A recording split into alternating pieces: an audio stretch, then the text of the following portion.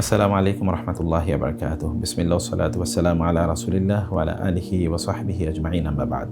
সূরাতুল হুদে আল্লাহ সুবহানাহু ওয়া তাআলা বলেছেন, ওয়া মা আমানা মাআহু ইল্লা কালিল। নূহ আলাইহিস সালাতু ওয়াসসালাম আলোচনা করতে গিয়ে আল্লাহ তাআলা বলেছেন, তার কাছে খুব কম লোকেই ঈমান এনেছে, অর্থাৎ তার প্রতি খুব কম লোকেই ঈমান এনেছে। নূহ আলাইহিস সালাতু ওয়াসসালাম ৯৫০ বছর আল্লাহ সুবহানাহু ওয়া তাআলার প্রতি মানুষকে আহ্বান করেছেন, তাওহীদের প্রতি আহ্বান করেছেন, কিন্তু তারপরে অল্প কিছু লোক সেখানে ঈমান গ্রহণ করেছে।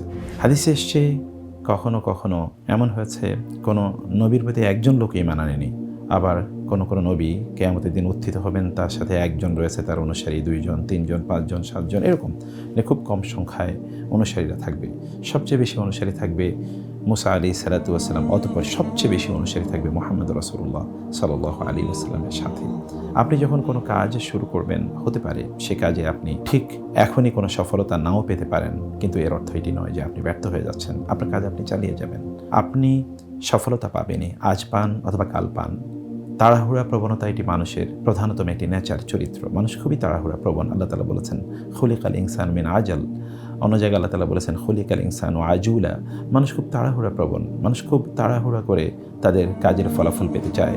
আপনি আপনার কাজ করেই যান। আপনি যে বীজ বপন করেছেন, সেই বীজের ফলাফল কোনো একদিন অবশ্যই আপনি পাবেন। এটি বিশাল গাছে অঙ্কুরিত হয়ে মহিরে হয়ে পরিণত হবে। সেজন্য আপনাকে অপেক্ষা করতে হবে।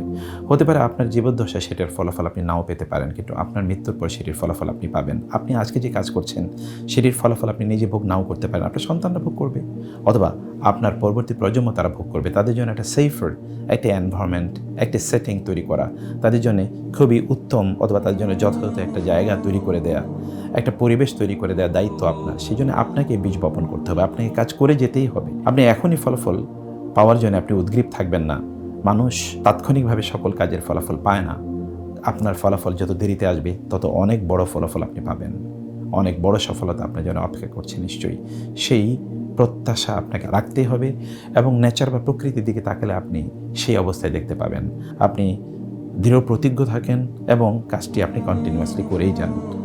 আমরা এর সফলতা, এর সুফল অবশ্যই ভোগ করব, ব্যক্তি হিসাবে, সমাজ হিসাবে, পরিবার হিসেবে এবং জাতি হিসেবে তো বটেই। আল্লাহ তাআলা আমাদেরকে বোঝার তৌফিক দান করুন। আল্লাহুম্মা আমিন। আসসালামু আলাইকুম ওয়া রাহমাতুল্লাহি ওয়া বারাকাতুহু।